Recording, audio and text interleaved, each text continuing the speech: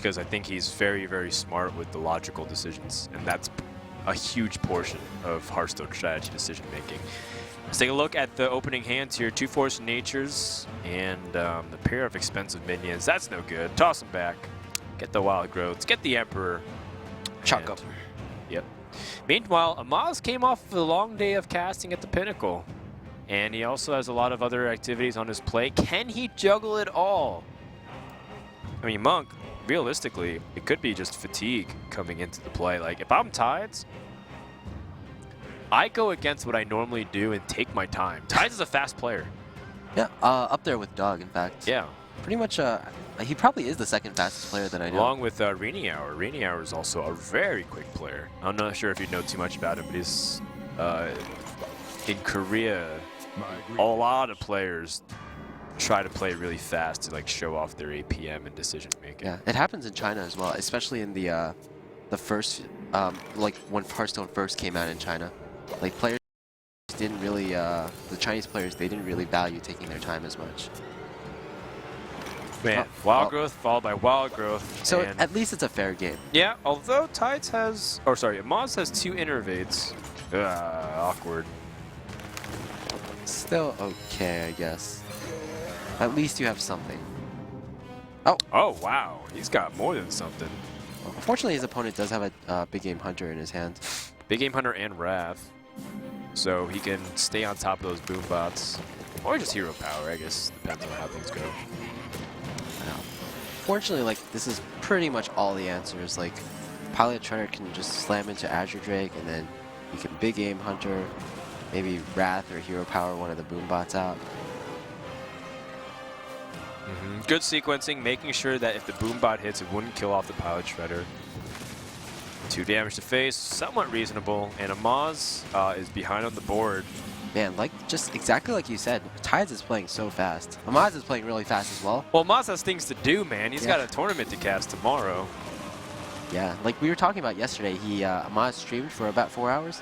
Then he casted Pinnacle, which took about 5 or 6 hours. Then he casted the Amazon Blackrock Mountain tournament, which took about 6 to, no, it was like 8 hours, I feel. It was closer to 8 hours. And he then did he like did a half an hour, what's it called? Commercial. Yeah, a group stage advertisement for Seed Story. Yeah, so in total, that's like, I was counting like 17 to 19 hours of just Hearthstone work. Busy man, Amaz is. Yeah. Well, he's also going to be having his hands full with this upcoming game here. Tides is going to be able to innervate and coin out Pilot Shredder. And Amaz will be able to play the turn 7 Ancient of Lore that he wanted to, but he'll still be on the back foot no matter what. And even something simple. This game is so fast. Yeah, something simple such as like Wrath and Hero Power. Oh, Dr. All right. Like, we're not used to these kind of games. Like, even in the aggro matchups, like, players really take their time roping in every single turn. Oh, Tides! Put that to the left of the Pilot Shredder, you goof. So, only Hype so far has gotten brownie points from us. I want him to get punished for it. Tides is my boy, but man. Right, Amaz has the mana advantage, but he's under significant pressure. That's 17 damage there in the opposite direction. Yeah, you kind of really want to swipe here, but if you swipe, you have nothing else to do.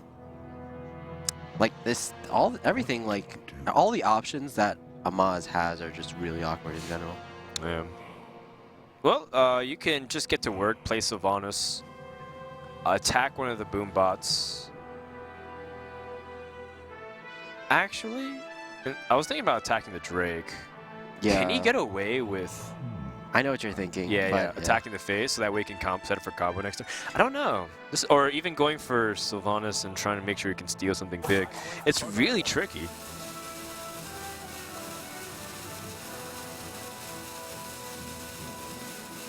He's got to make a decision soon. But, I mean, this is one of the most complicated turns that he'll have all game. Yeah, it seems like he's between a few decisions.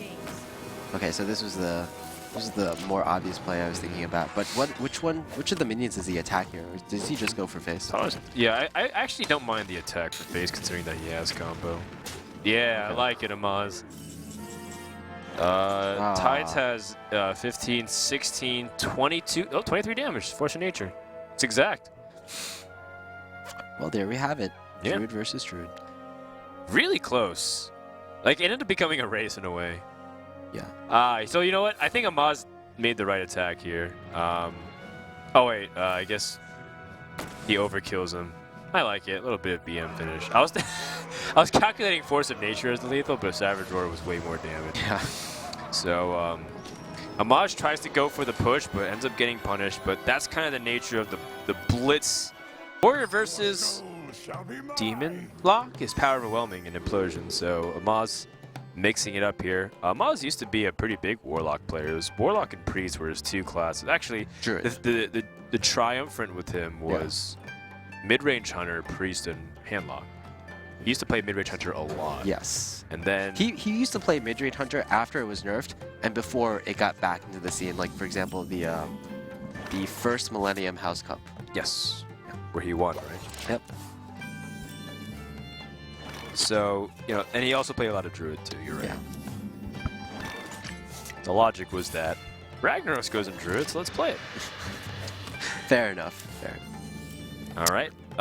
So the Warlock versus the Demon Lock, I feel like the Warrior versus the Demon Lock, I think Warrior has a much easier time dealing with this than the regular Handlock with Mountain Giants. So just judging from this list, yeah, it's going to be just like full-on Demon Lock. And I have to feel like, you know, Amaz has been really busy lately. So I have a sneaking suspicion that he just kind of asked 6-0 for a Demon Lock list, and this is what 6-0 gave him. So well, is it bad? I think it's a pretty reasonable list. Oh yeah, definitely a reasonable list. But one thing that's peculiar about 6-0's Demon Lock list is that it includes an Illidan. So that's a card we might see in this matchup.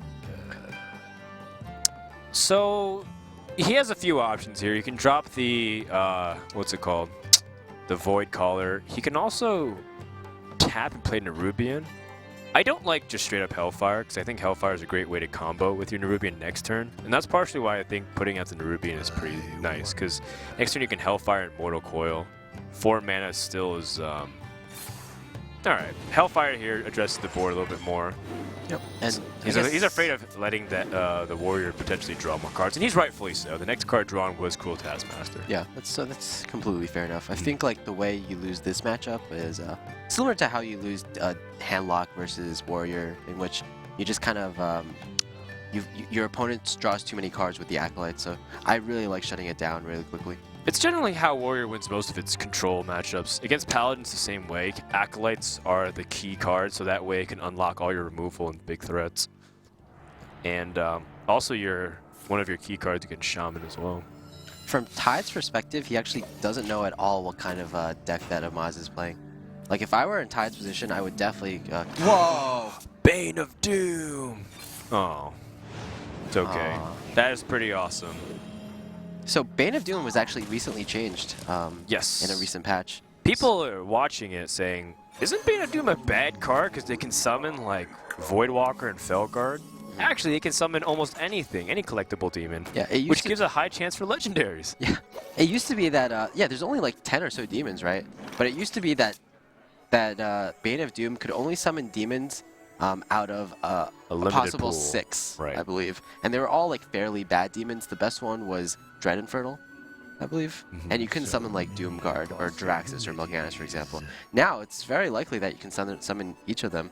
And there's a lot of like high-value demons these days. Like even if you don't summon the legendaries of Draxus and Morganis, there's like Floating Watcher, which is nice.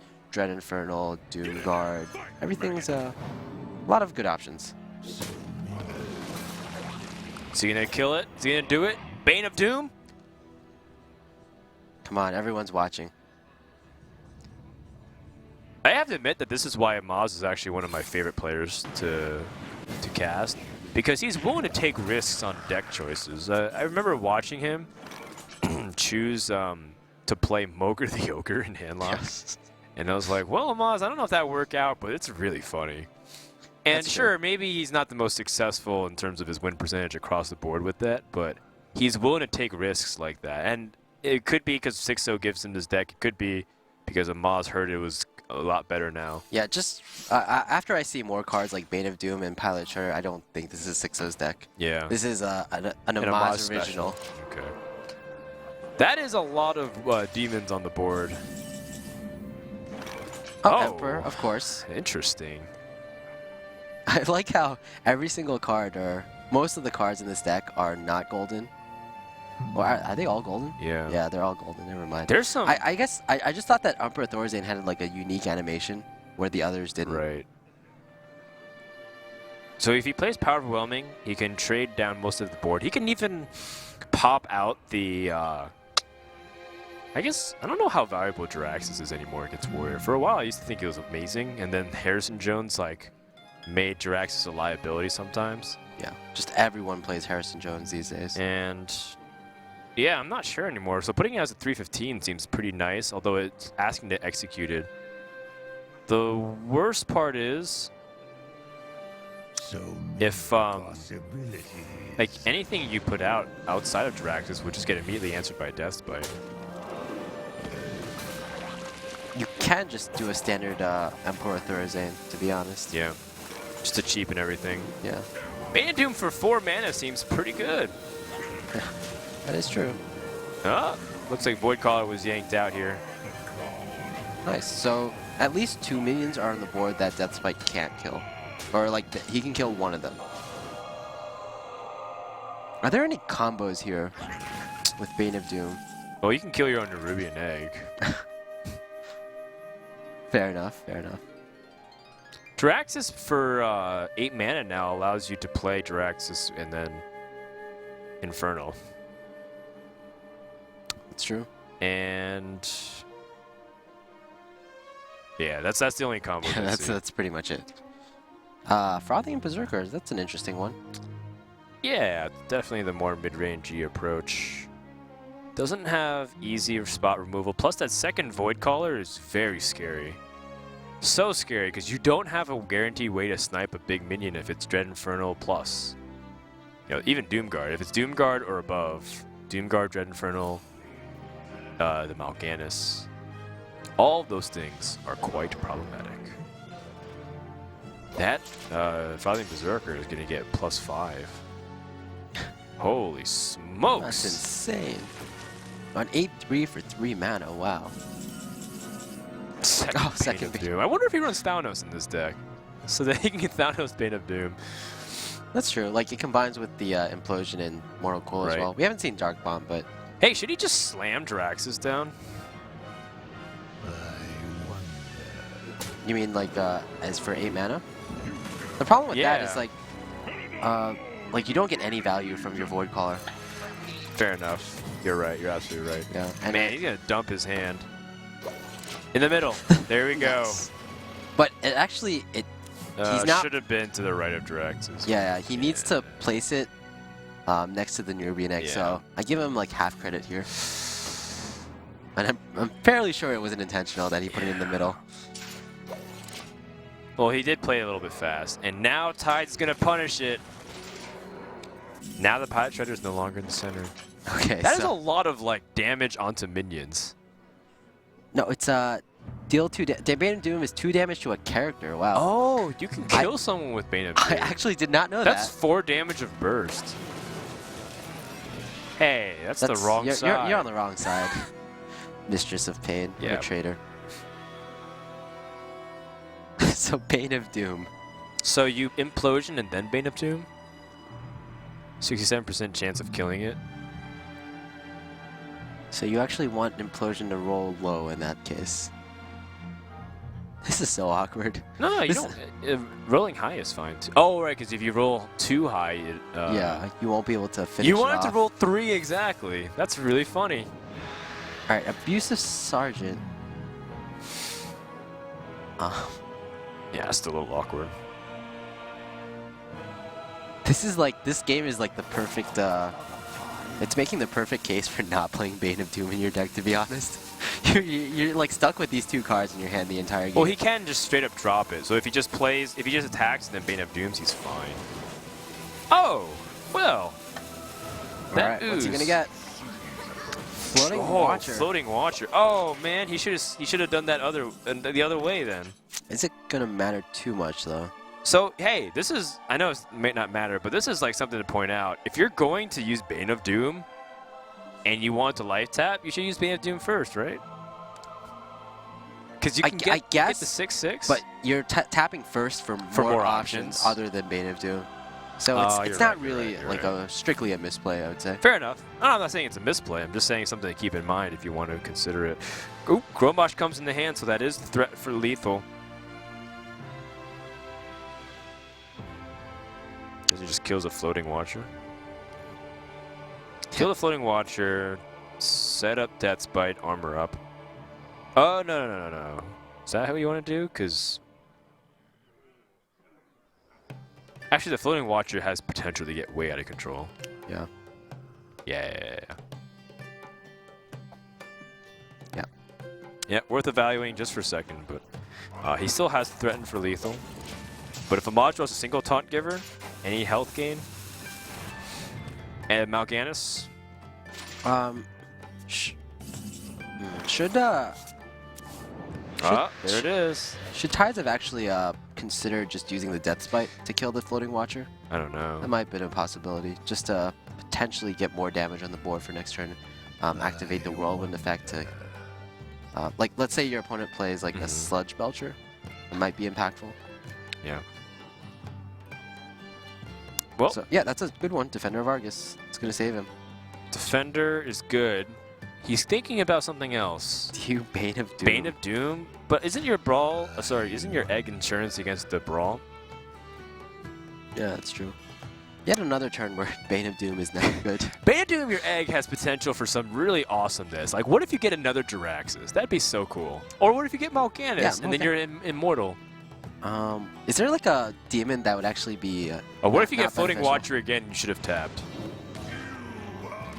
Oh, that's awesome. That's a great one. Actually, is it great because no, you play Defender of Argus? No, it's awesome, Monk. Sure. I retract my statement. Although, hey, fun fact, if you Defender to the right of Illidan, it taunts up the 2/1. Did you know that? That can't be right. No, it's true. It is? Because the effect comes out first. Oh, that's interesting. I did not know that. Yeah, today you learned. All right, well, Tides is under some pretty significant pressure. This Ragnaros has to do some work. Shooting Illidan down would be mint. No. 7, 9. How much damage is this? Okay, 7, 14, 16, 18 damage. Oh, but wait. If he steals him with Sylvanas Shadow Flame. That's true, yeah. Yeah. So he That's wins. lethal. Oh my god, Amaz has lethal on board with Sylvanas Shadow Flame. He did this similar to his I Am Shenzhen win. He's done it before. You see the play, Amaz. Do it. Come on. Up. He's got it. He's got it. He's going for face. No. Style points. Style points. Okay. Sylvanas Shadow Flame. Sure. I like it a lot. And that's going to wrap up game 2. Amaz wins with this demon deck. Oh, actually, was there a possibility that Sylvanas didn't steal that? Because too many minions on board? No, if you kill Sylvanas, it's fine. Okay. Because Sylvanas suicides. Just good to be safe. But what a really cool way to end the game. Yeah, the most disappointing. If everyone's playing Mech Mage and Face Hunter, I understand they're good decks. You should bring them. You're trying to win. Wait, oh, it's a Giants Mage. Yeah. So when Hyped built his famous Giants Mage, or how do you Mayans Gauge? Mayans Gauge. Yeah, that's what it is. Yeah. When he built Mayans Gauge, it was actually I heard that it was actually TidesofTime who helped him out refine the deck. The biggest refinement was, for example, cutting the fireballs from that deck, and actually turned that deck from an average deck into one that Hyped could potentially win tournaments with back in the day. Like, he got second in VGVN #2, just on the back of this deck. And, of course, his infamous Miracle. Yeah, I feel like Hype's one of those players that just never gets first. Always second. Second in ESL. Never lucky enough. Yeah. second to Never lucky enough. Baby Rage. All right, well, a reasonable start here from the mage being able to draw into it. Actually, it's a reasonable start, but his hand is just terrible. Yeah. Is that like every secret?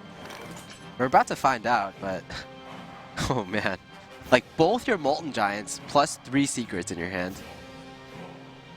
So Mia just drops Doomsayer after killing the scientist off. Does he even kill the scientist off? Because if there's no secrets left in his deck, there's not really a point, is there? You can see Tides visibly very uncomfortable. He's even moving the camera around. Well, I guess it's on his laptop. Oh, that's true. I would have to assume that the Doomsayer comes down here. I guess you do put your opponent in a weird spot where either he silences the Doomsayer or silences the mad scientist, and it could be that he wants his opponent to think about it because he has so many secrets in hand. Wow, what a weak turn. All right, so Amaz has to think that this is Freeze Mage. Yeah. So what he's going to be doing is like trying to be aggressive. And the Giants are going to be so surprising. And he's half right, too. There is freeze in this deck. Yeah, possibly the same amount of freeze as in Freeze Mage. It's just that the win condition is slightly different. Oh, so yeah. Nice block. Yeah, Right. predictable. So the only secret not left in Tides' deck. This deck is one of the hardest to play, by the way, in Hearthstone. Yeah. Like, this deck, because it's so counterintuitive in a lot of the way it operates. This was one of the decks Yeah. that I never like even got close to learning. It was just so difficult. I used to watch Hype stream a lot Right. when he was playing this deck, but like all the plays, like I just would never come up with the right play at the same play that Hyde was doing at any given time. Part of the reason why it even became a thing was because it was so good against some of the decks that were good against Hunter. Yeah. Like it's really bad against Hunter, but it was so good against everything that was good against Hunter. Oh no! Oh, he played his big game Hunter because he doesn't anticipate it, right? He's like trying to put pressure on because he's gonna coin Ragnaros. Yeah. Because he thinks it's Freeze Mage. That's unfortunate. Yeah, and like Amaz still has no hints that it's anything else besides Freeze Mage. Like these are all typical Freeze Mage spells that are coming out. Luckily for Amaz though, Tides doesn't actually have an answer to Ragnaros. Unless he has Polymorph. Does Polymorph set off the alarm bells? It usually would set off the alarm bells, but I feel like players these days, they've been actually adding in Big Game Hunter to their Freeze Mage decks just to counter Ragnaros, and Polymorph could be like something similar. Okay. He's going to send something weird. If he decides... Oh, he's going to silence it. Yeah, he's going to silence that. And he's going to silence the Doomsayer, right? And then he's going to attack and realize there's no ice barrier. So something fishy is going to go on. Actually, this 50-50 from the Rag coin flip is really interesting because if it hits the Doomsayer, it copies it twice, fills up Tides' hand, he's going to burn his next card. Or if it hits the face, 2 Molten Giants are active, and, well, Druid just used both of the big game hunters. That's true. 2 Giants are active. He's used both Big Game Hunters? Or he's used 2 Big Game Hunters? No, I'm saying he's going to... Alright, so he's going to guarantee it. And now Tides is going to burn his next card. Oh, Amaz is certainly surprised that it's duplicate. He's wondering if he'd take that in against Warrior. I think Amaz realizes LOL! it now. That's funny. Alright. Okay, so now Giants come down for sure. Would you want to boost yourself up with the Antique Healbot or Lotheb to shut your opponent's spells out? Down here. Okay, yeah, this feels alright. I wouldn't mind playing the Antique Healbot because you heal up so much and you're going to get 2 more. No, Lotheb is really powerful. Yeah, I think I like Lotheb slightly better. I would have liked Lotheb to go between the Giants, so it's kind of like Lotheb comes into the board ushered by his posse of Giants. Is there a reason, like, It's actually worse if he plays like Defender of Argus though, or for example like Sun Fury Protector even. So if he plays like these kind of decks, like sometimes they have one Sun Fury Protector or two in them. And this, like, by placing it this way, it gives your opponent less information, right? True.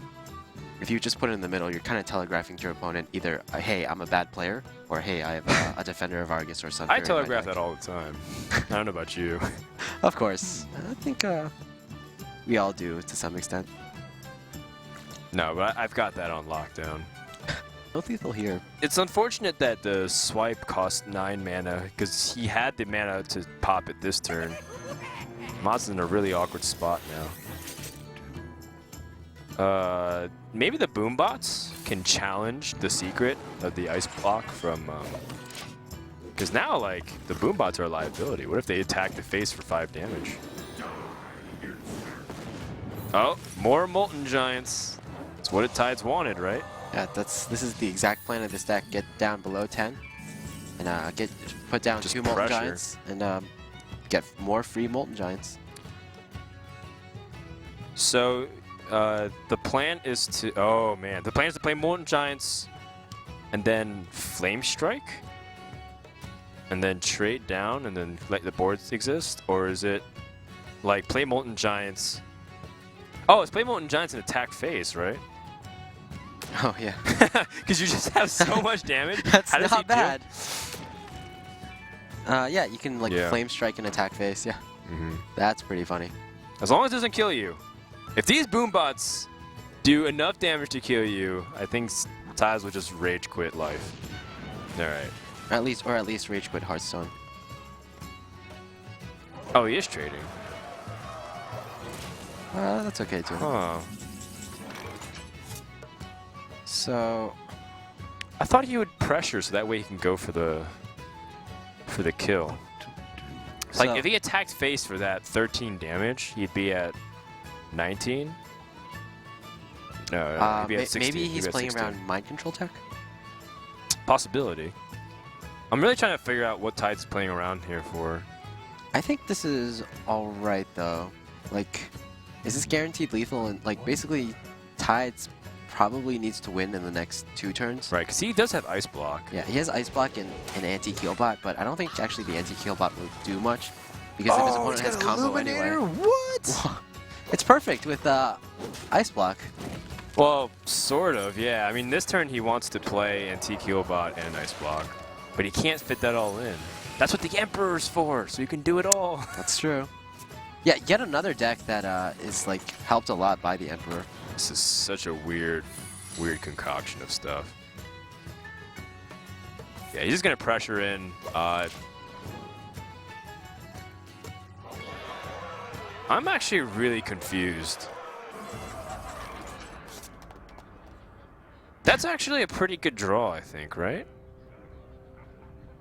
The Savage Roar, because that allows him to trade into the Giant. That's true. And still pop for lethal. Shall I strike?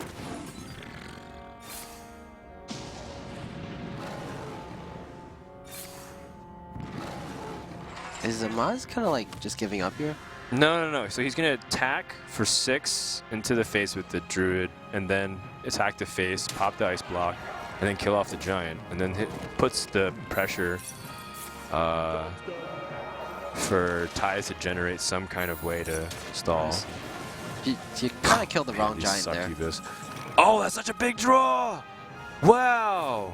That Sludge Belcher is stopping Amaz unless he gets another Keeper or Swipe or some way to deal with it.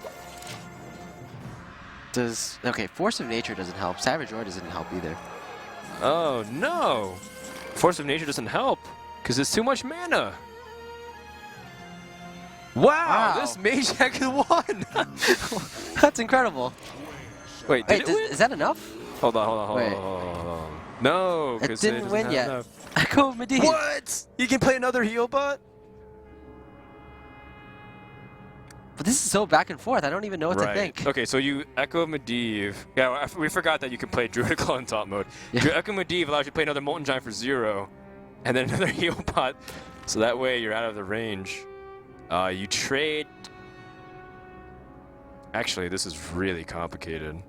Do you you have actually a choice between the heal bot or the sludge belcher. Right, and they both gain almost similar amounts. You- This is where your opponent's succubus is actually super relevant.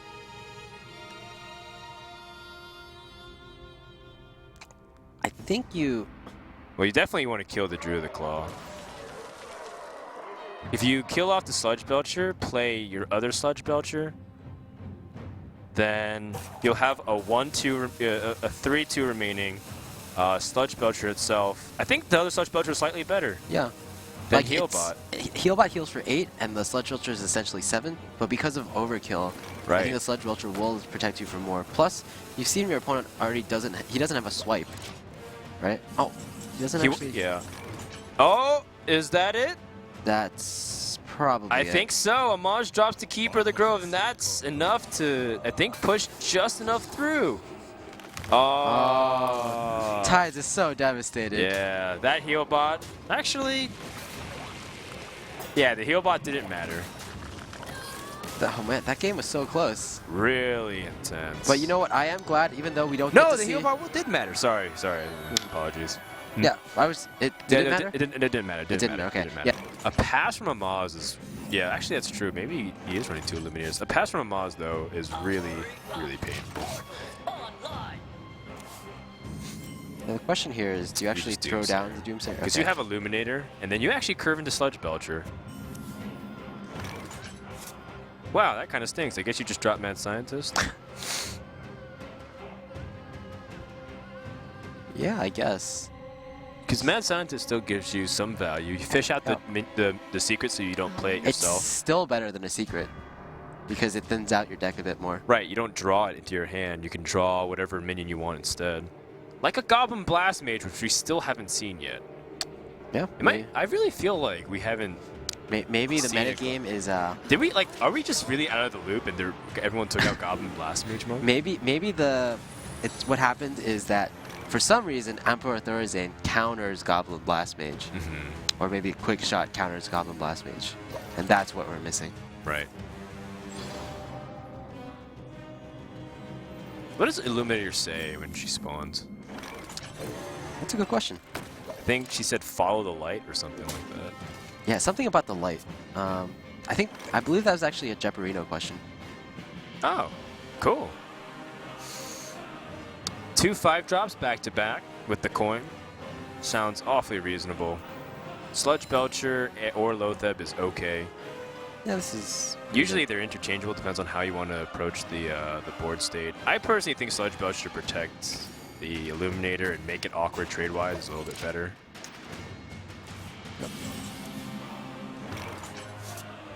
Then now Amaz is still in a pretty weird spot here.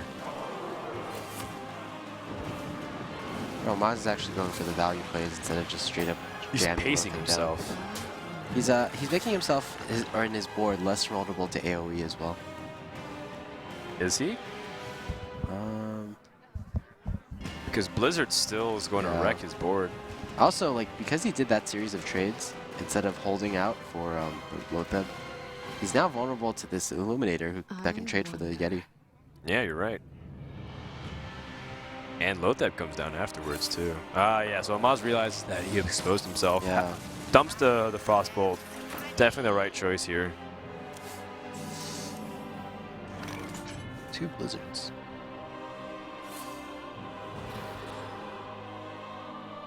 Definitely, I don't think you want to give your opponent a spare part here. Right. Our Dreams first can come Goblin true. Blast Mage of the day, even though we've had, what, 8 mages so far? You know, dropping the Emperor just to reduce the cost and gain a little bit of life, not bad. Flame Strike becomes 6, Blizzards become 5. Yeah. Lotheb becomes 4. You take 11 damage to the face, but... Actually, next turn, if you play the Emperor now, you get the Blizzard and Doomsayer for 7 mana. Nice. Or 6 mana, rather. Even cheaper. That's ridiculous.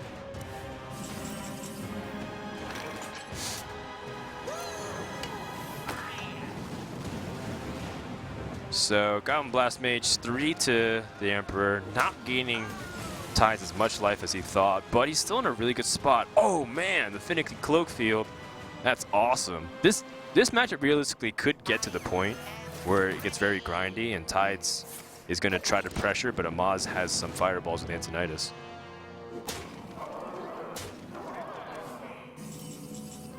Okay, it's a pretty obvious play with the combination here. Actually, do you play Doomsayer? Doesn't seem like you have to. Yeah, you can just follow up with a Flame Strike or even your second Blizzard next turn. Yeah, Doomsayer should be continued ways to stall. So many spare parts issued out. So many Whirling Blades, too. Yeah. Now, does Amaz hedge his bets against Flame Strike? He's holding off, and he does. Very good read. Ooh, so close to developing everything he wants to. Because if he Flame Strikes, he can't play anything else. He'd love to play the Acolyte here. Yeah, so you might even be considering this play, which is Blizzard and Acolyte. This kind of forces you to play Flame Strike next turn. Just like the old days, man. Blizzard for 5 mana. So good. Oh yeah, see? They re-nerfed Blizzard. Or unnerfed Blizzard? Unnerfed Blizzard.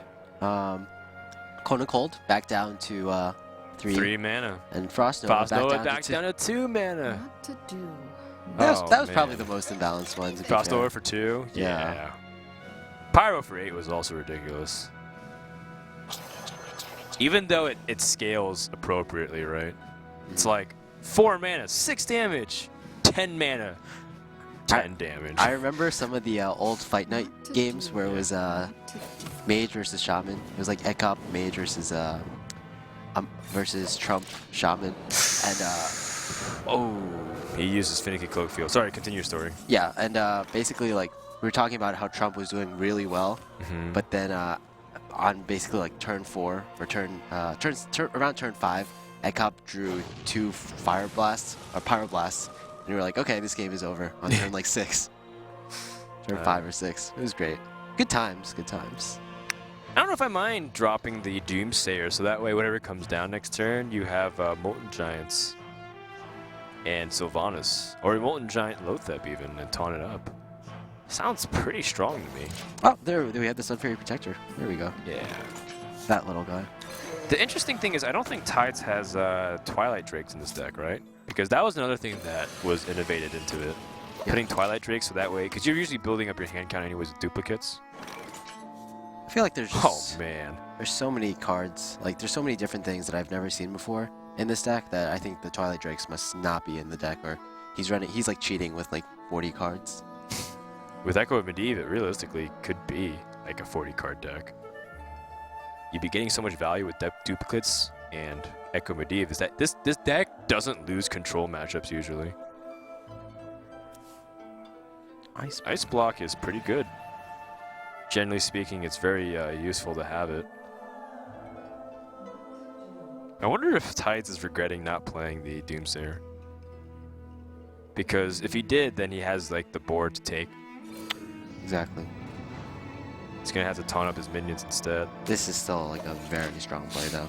Still a very strong board, but there is an easy way to pick it apart in the next couple of turns. The problem is Lothep makes everything so expensive. Yeah, this is exactly what I was talking about. The weakness of Mech Mage is if you get behind a couple of taunts, the Mech Mage has no way to like really get through those taunts easily. It typically doesn't run silences like Base Hunter does, and like you have a limited number of fireballs in your deck unless you draw Antonitis. That's a cute one. Yeah. Whirling Blades and Fireballs, a lot of damage. But now Tides can get another Sun Fairy Protector with his Molten Giant. Whoa. Actually, that's enough mana. You Echo, you get another 4 mana Giant and another Sun Fairy Protector. So just play them both. Nice. Let's just do that. Rinse and repeat. You want to kill off that Drake too on the chance that he has 2 Fireballs, right? Yeah, certainly. Okay. Okay. So he's just eliminating every single possibility, playing it pretty slow. Yeah, also getting rid of Goblin Blast Mage opportunities as well by killing off this mech. He doesn't, because the reason why is even if he attacks face here, he doesn't guarantee a 2-turn kill. Mirror Entity. do? Well, he's got Fireball to push through. It's so messy. The problem with the Mirror Entity is you know your opponent has a Sub-Fury Protector. Or Doomsayer! You guarantee the Doomsayer pop too! That's so funny. Fortunately, like, Tides is the one with the board advantage here against the know. Mech Mage. So I think if I'm Tides, I take this opportunity to really develop Ice Block. It's also funny that Amaz pinged his opponent. Now the Giants are even cheaper. Exactly. But the important thing is that Tides has enough to put Ice Block up. And that's going to lock Amaz out of this game. There's no way Amaz can win now. Absolutely none. Unless he's playing Kazan Mystic and he somehow draws like a second Fireball all in one turn. Just to be even safer, you can freeze your opponent's 2/3 Sun Fury Protector. What a cool set of games, man. Yeah, this is definitely the highlight series. Exactly. Of the day. We haven't even gotten to Game 5. Well, we're just about to, Monk, because I think this is the last moments of Amaz's turn here. There's no circumstance of RNG, right, where it's okay where you live, because even if the Goblin Blast Mage hits and you Fireball, and you use both Whirling Blades. Right, I think the Giant still survives by one. If you played against Mech Mage and they have Mirror Entity up, you just slam the Doomsayer and then they kill their board. So it feels like Amaz heard us say that there's no Goblin Blast Mages being drawn, so he's like, I'm just going to show you guys that I have it in my deck. Oh, he's actually throwing it away. We've seen some players like Life Coach, for example, they always keep their Goblin Blast Mages in their opening hand no matter what, because it's just the most high impact card in your deck. Not both of them, though. Yeah, certainly not both of them, but at least one. If you're on the coin, I think there definitely is room for it. This is actually a pretty bad hand from Amaz. He has both Mad Scientist and a Mirror Entity in his hand. Yeah. All he needs to do is draw that second Mirror Entity, and it's going to be it's going to be 2 pair, and the worst 2 pair you can get. And then Mantinitis is like, it's cool, but it's really late.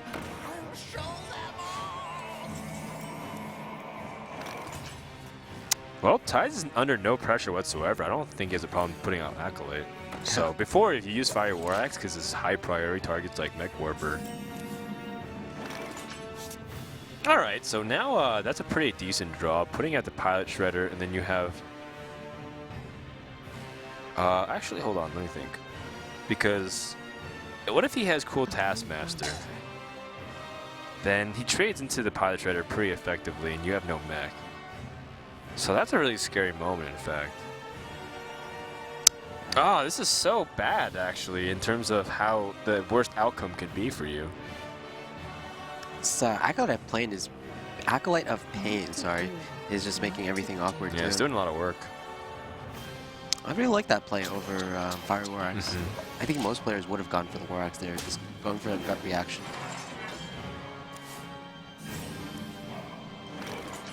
What a tough turn from Amaz to take that. He had to really think it over. And I agree a lot. Pilot Shredder, really effective. Not as not effective. Not in the middle, though. Tides, WTF, mate. Yeah, it's slightly less effective on the left. Yeah. If you were to choose a side to play it on, though, you'd want to play it on the right. Yeah, you'd actually, because there's a lot tokens tend to spawn on the exactly. Right. What tokens are there from Mage? Oh, like Mirror Entity tokens? Yeah, like, yeah. Exactly. Anything you Mirror Entity would be on the right. So that's actually the worst possible position for Tides. Nah, it's all good. We're just giving these players hard times. It hasn't been relevant at all. Oh, man. Choose your poison, I guess. You can just Goblin Blast Mage. Yeah. Just let your opponents deal with it. This is kind of risky. Like if you hit the Armor Smith twice. or hit anything like just once. All right. Well, he shred the armor, so still it's not an easy shield slam. But you know, the important thing is that he shut down the face from being able to attack with a weapon. What comes out of this Pilot Shredder? That's the third I feel one. like we've seen the Goblin Autobobber like more often time. I think like Goblin Autobobber and Doomsayer are the most 2 popular 2-drops so far. Yeah, well, we've had 2 Doomsayers in a single game before. So many armor smiths. What's going on? Oh boy. Amaz is in a really tough spot here. The reason because the board is really in favor of Well, that's a bit too late. Tides. Yeah, double mech warper would have been awesome with the coin. 2 mech warpers. What to do? You can play all your mechs here. You can play your mechs. So that's 2 mana, 1 mana, 2 mana. That's 5 total, and that gives him room for everything. Seems to be the most reasonable course of action. So again, where does this Pilot Shredder go? Put in the middle. Come on. Between your mech warpers. Well, I guess, yeah. Oh, there we go. Tides hurt us. No, that was Amaz. Oh, well, Amaz hurt us. You actually casted with Amaz yesterday, right? I did. So you, and we talked about this. I'm sure you brought this up multiple times. I did. I was like, Amaz, what do you think about that? And it's like, oh yeah, you definitely should do that. Did he sound like surprised, like he was hearing it for the first time? It's more like, yeah, of course. When you say it, it's one of the things you realize. So, Amaz and Hyped are the only players that have done this. I feel like every player has. It's funny because I don't think people consider Amaz a really technical player, but he does do these technical things correctly. Yeah. All right. Well, Tides can. I don't think he should take his time, but he's definitely in a really sweet spot. Deathbite over a minion.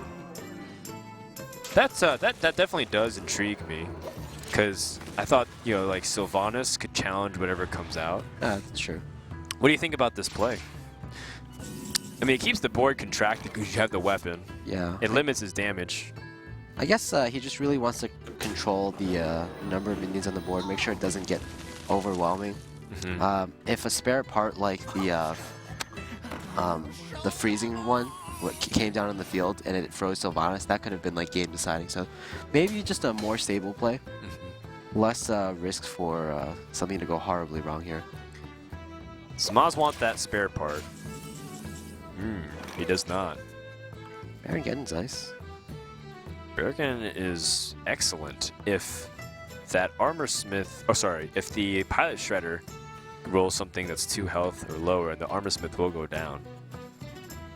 I think you just play it here and save your Deathbite though. Sure. Yeah, there's the real no need. But it's a mirror entity, right? Oh, you kill off the Baron Geddon with the mirror entity. Oh yeah. Sure. You have the Deathbite that does 5 damage. And you can even take 7 damage here. You have so much armor, and plus you have a shield block in your hand. That's a pretty good value mirror entity though. 7 damage for 3 mana is very reasonable. Plus he gets so much armor. The mage has more armor than the warrior at this point. Shadow Boxer. Well, the piloted shredder from Tides could draw like a healing card. It's certainly possible. Lightwell. Yeah, Lightwell. Vitality totem. You know, the Baron Geddon is also What to do? you know, damage back onto the warrior. I don't think you're not terribly worried about your life count as a mage. Especially when you have 9 armor.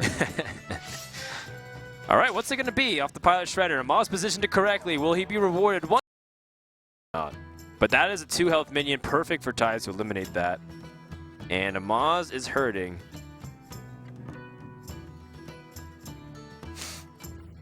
Sludge Belcher, Sylvanas, all reasonable. Sludge Belcher, of course, the more defensive thing to do, even though it does take 2 damage.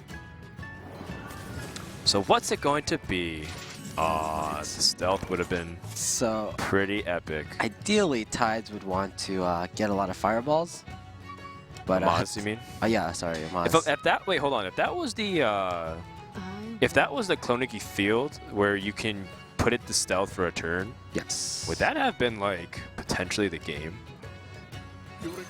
Very likely.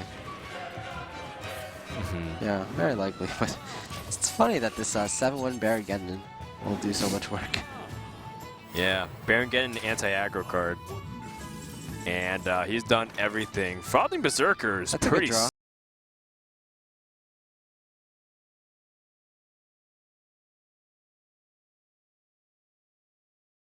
sick. It's going to be a 4-4 at least. And it can potentially grow and end the game in a couple of turns. The 2 fireballs drawn, though, are definitely scary. They're scary, but you do have the 1 shield block in your hand. Yeah. So how scary can they really be? More likely than not, Amaz will have to use those fireballs for defensively. Like the frothing can just get so high. He can get so much attack value. Plus the Sylvanas is going to be a threat to any minions you have too. Oh, he's got Big Game Hunter as well. With the Cruel Taskmaster. So he can shut down any other big minions too. Alright, well this should signify the beginning of the end unless Amaz could pull one he's done in a long time. That's not it. Cogmaster is not a mech. It doesn't synergize with Blast Mage. It's feeble. The problem is, even if you got a mech, do you even Blast Mage here? Blast Mage just gives your opponent more attack value. Right, because of the Frothing Berserker.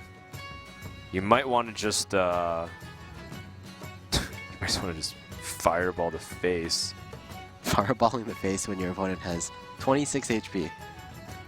Huh. All right, yeah, fireball the Frothing Berserker. Okay. Makes sense. So I think the only way Amaz can win is if he draws Dr. Boom into... But Dr. Boom gets answered too. Oh, hold on. Dr. Boom plateaus himself on top of the board. Yeah, look at that facial expression. He knows he's the boss. Oh yeah, he's you know, Dr. Boom is, in terms of the shape of his body and his whole demeanor, is how I imagine every internet thug who sends like hate mail to me. If I ever meet you in an event, Frodan, I'll punch your face. And I'm pretty sure they look exactly like that pose. But Dr. Boom, it's that tough guy face. Yeah, so they're all, are they all Marvel supervillains too? No, but if they were all just as strong as Dr. Boom in real life, comparatively, I think I'd probably poop my pants, yeah. All right, okay. Works. Well, okay, why not? Cloak it, cloak it. All right, that works too.